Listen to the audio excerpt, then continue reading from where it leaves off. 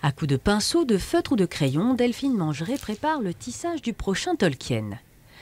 Rivendell, c'était au départ une petite aquarelle. Delphine en fait un carton, autrement dit un grand format et une première réinterprétation.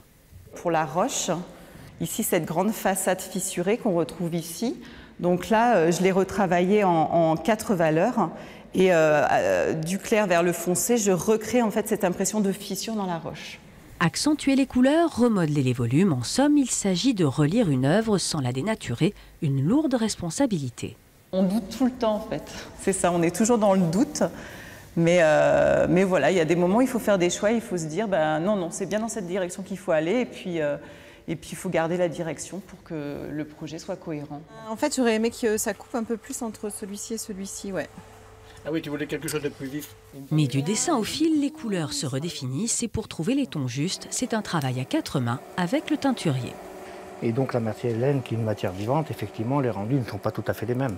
Et ce qu'il faut pouvoir respecter aussi, donc, c'est les écarts entre chaque couleur. Et ça, c'est ce qu'on voit régulièrement ensemble. Un long travail préparatoire qui va permettre au lissier de comprendre le projet et d'y apporter son interprétation technique, car il ne s'agit pas de copier, mais de sublimer.